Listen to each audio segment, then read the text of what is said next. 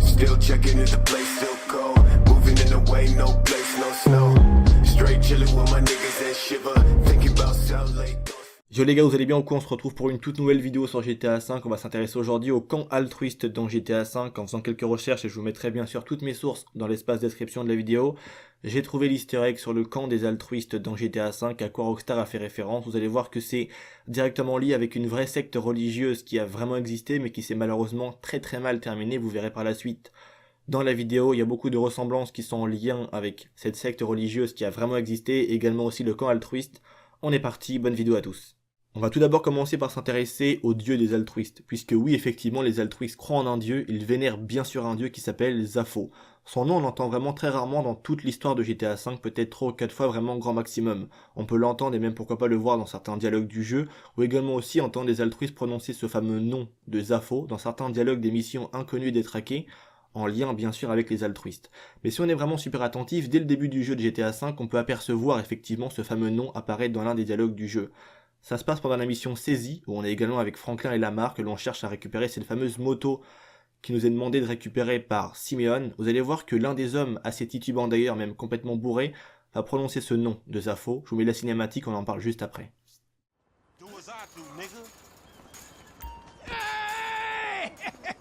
Think this crazy motherfucker wants something. Hey, what's up, homie? You alright? No, wait! Away from me!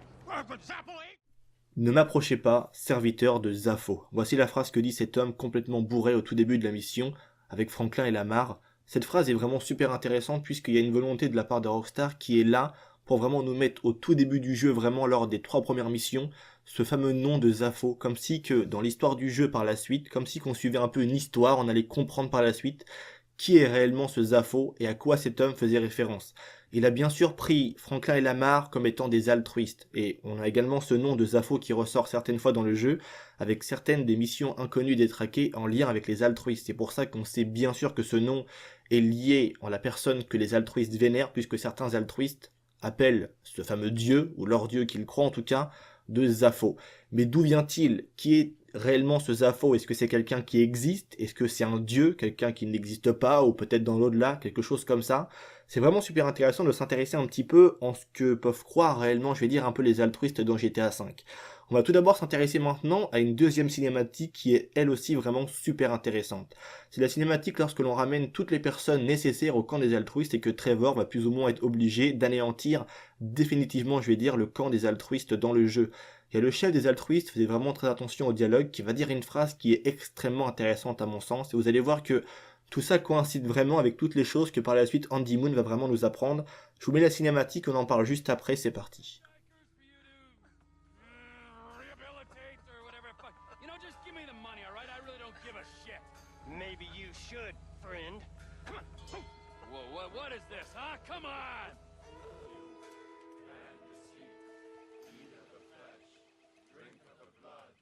We shall be free once more. Altruism, the greatest good for the greatest generation. We shall boom again. He has come. Hello, Seeker. Hello, Finder. We kneel before you. We prostrate our continuing youth and vigor at this altar that has been sent. Devant cet autel qui nous a été envoyé. Voici donc la phrase moi qui m'intéresse et me perturbe beaucoup puisqu'elle est vraiment super intéressante. Le chef des altruistes vient juste de dire en fait que cet autel a priori et selon lui a été envoyé par quelqu'un. Oui mais par qui ou par quoi? C'est peut-être encore une fois de plus une grosse référence avec ce fameux Zafo, leur dieu et la personne en laquelle tous les altruistes croient dans le jeu GTA V. Donc a priori, elle n'est pas humaine, cette fameuse pierre, si on en croit les dires, je vais dire, du chef altruiste. C'est vraiment quelque chose qui est super intéressant de se demander en quoi croient réellement les altruistes. Est-ce qu'ils croient uniquement en un dieu, ou est-ce qu'ils croient en une autre forme de vie qui pourrait exister ailleurs et autre part? Vous allez voir un petit peu où je veux en venir. Maintenant, on va s'intéresser à ce même genre d'énergumène qu'est Andy Moon, que vous connaissez tous, qui est lui-même très certainement un altruiste, puisqu'il a vraiment la dégaine d'un altruiste, et aussi il parle de ces fameux hommes perdus du côté de Raton Canyon, et quand on y va avec Trevor, on peut d'ailleurs y aller avec tous les protagonistes du jeu, aussi bien Michael, Franklin ou Trevor, mais quand on y va avec Trevor, Trevor échange un petit peu un dialogue avec lui et c'est vraiment super intéressant de voir toutes les choses qui sont dites et échangées entre ces deux énergumènes dans le jeu. Et Andy Moon va parler un petit peu de ces fameux hommes qui a priori sont, selon lui, des hommes qui sont incompris. Du coup, ce qui veut dire qu'ils échangent un message et qu'ils font véhiculer un message très intéressant, mais qu'ils sont incompris par le reste a priori de la société dans le jeu GTA V et à Los Santos. Et Andy Moon dit bien que quelque chose va venir, va anéantir tout le monde, va manger tout le monde, on n'est que des simples moutons, comme le dit Andy Moon, je parle des personnages bien sûr dans GTA V, pas d'amalgame les gars. Et du coup, en fait, c'est vraiment super intéressant, puisqu'on a vraiment une information un peu supplémentaire en rapport avec la croyance de ces fameux altruistes dans le jeu.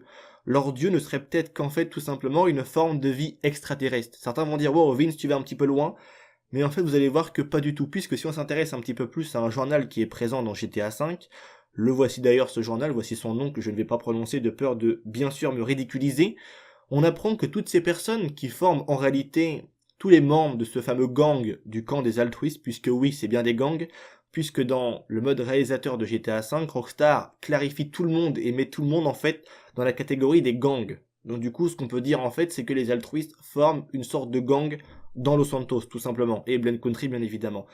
Mais par contre, ce qui va vraiment nous intéresser nous, c'est le rapport de ce journal. Il dit également que d'après toutes ces personnes qui forment le groupe du camp des altruistes, il y a des chercheurs d'extraterrestres, donc des personnes qui croient a priori en l'existence et en la vie extraterrestre, et qui a priori sont des chercheurs d'extraterrestres.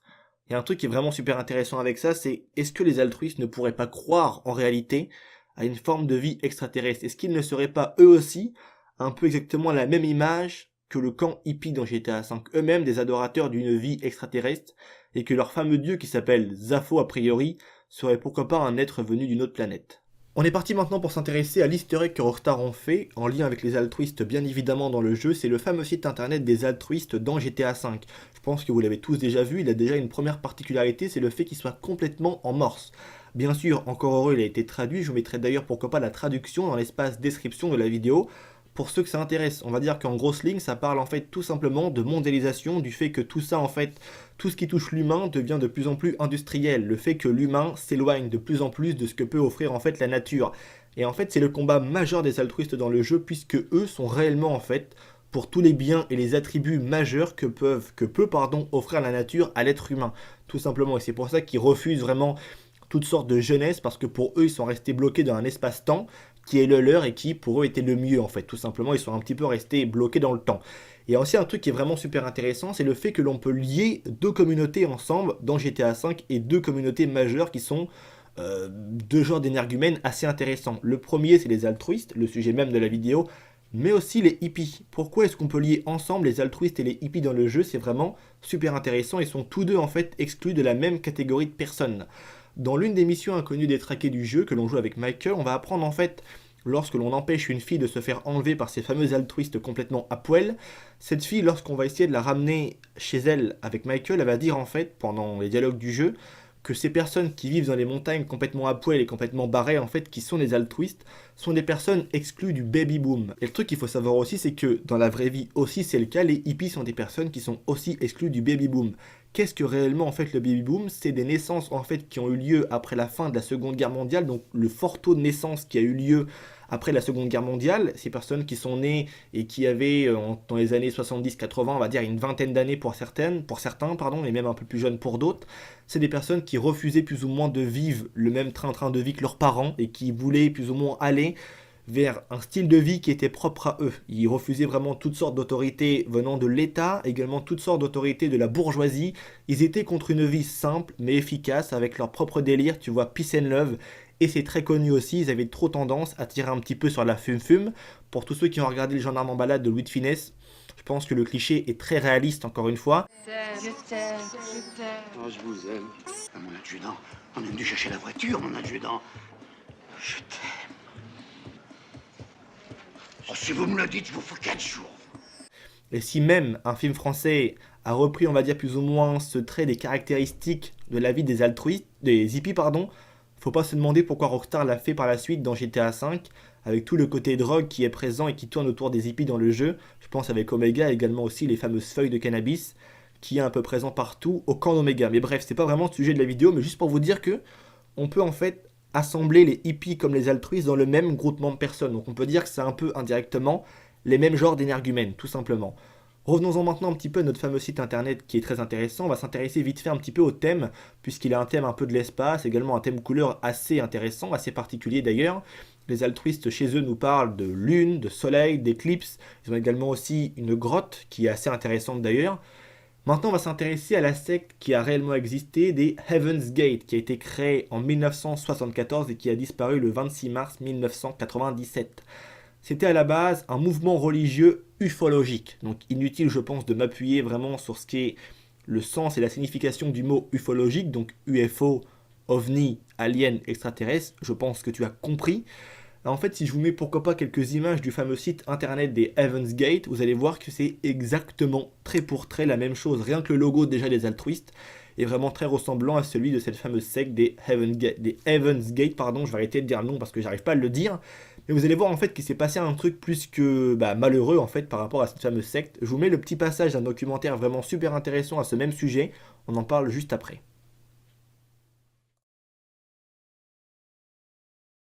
Millénaire a eu pour effet d'attiser les ardeurs des membres des sectes vouant un culte aux ovnis, un phénomène qui allie religion et science-fiction. La croyance en ces anges technologiques provient de la longue histoire de la foi de l'humanité en un plan universel divin.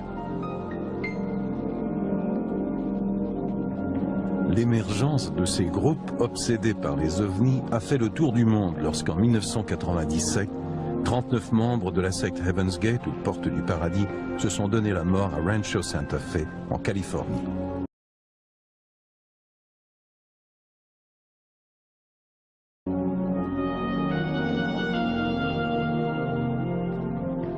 Les récits bien réels des survivants de la Porte du Paradis se lisent comme des romans de science-fiction. La fille d'une des fondatrices de la secte nous raconte la quête extraterrestre de sa mère. La mère d'une des victimes décrit les transformations insolites de son fils. À quelques kilomètres à peine de Rancho Santa Fe, les membres d'un autre groupe, l'Académie Unarius, se rendent sur un terrain d'atterrissage secret pour extraterrestres où, selon eux, se poseront 33 engins spatiaux en l'an 2000. Comment interpréter cette obsession qui pousse certaines personnes à tenter d'entrer en contact avec une race extraterrestre? Est-ce tout simplement un besoin de croire en l'inexplicable?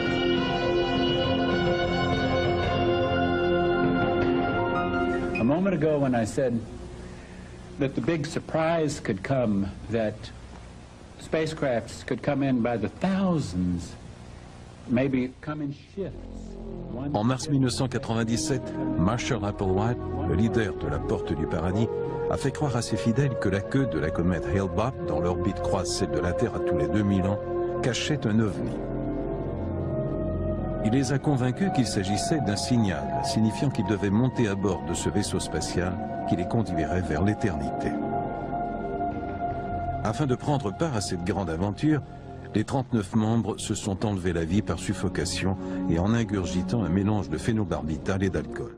Voilà, je pense que c'est vraiment inutile d'en rajouter. Je pense que grâce à l'extrait vidéo, il a parlé beaucoup mieux que moi et je pense qu'il s'est exprimé et clarifié beaucoup mieux que moi, j'imagine. Donc c'est vraiment très flagrant l'historique qu'il y a dans GTA V. C'est très certainement la raison pour laquelle les altruistes nous parlent à de nombreuses reprises de quelque chose qui va venir, comme nous dit Andy Moon, d'une pierre qui a été envoyée a priori par quelqu'un, d'un fameux dieu Zofa, de quelque chose comme ça. C'est vraiment super intéressant en fait le culte des ovnis que Rockstar ont lié dans le jeu. Toutes ces sectes qui ont réellement existé mais qui ont été parodiées à l'extrême dans le jeu. C'est pour ça qu'il y a quelques éléments qui sont bien sûr changeants dans le jeu, mais majoritairement on va dire le thème principal je pense y est. C'est pour ça que je pense sincèrement en fait que les altruistes sont tout simplement en fait des adorateurs des ovnis, un peu à la même image que les hippies dans GTA V. Donc voilà, c'est tout pour cette vidéo, j'espère bien évidemment qu'elle vous aura plu, j'attends comme vous le savez tous votre avis dans l'espace commentaire. Je vous mettrai le lien de l'article et du documentaire que je vous ai mis juste auparavant qui parlait des Heaven's Gate puisqu'il dure en réalité à peu près 45 minutes et il est vraiment super intéressant, il peut vous aider à comprendre réellement ce que Rockstar ont fait majoritairement avec les sectes dans le jeu. C'est vraiment super intéressant et je le conseille vraiment à tout le monde d'aller le visionner, pourquoi pas. Je vous dis à très bientôt les gars pour une toute nouvelle vidéo, n'hésitez pas à mettre un like uniquement bien sûr si la vidéo vous a plu. On se dit à très bientôt pour de toutes nouvelles vidéos, en attendant prenez soin de vous, c'est vraiment le plus important, c'était Vince, allez peace les gens.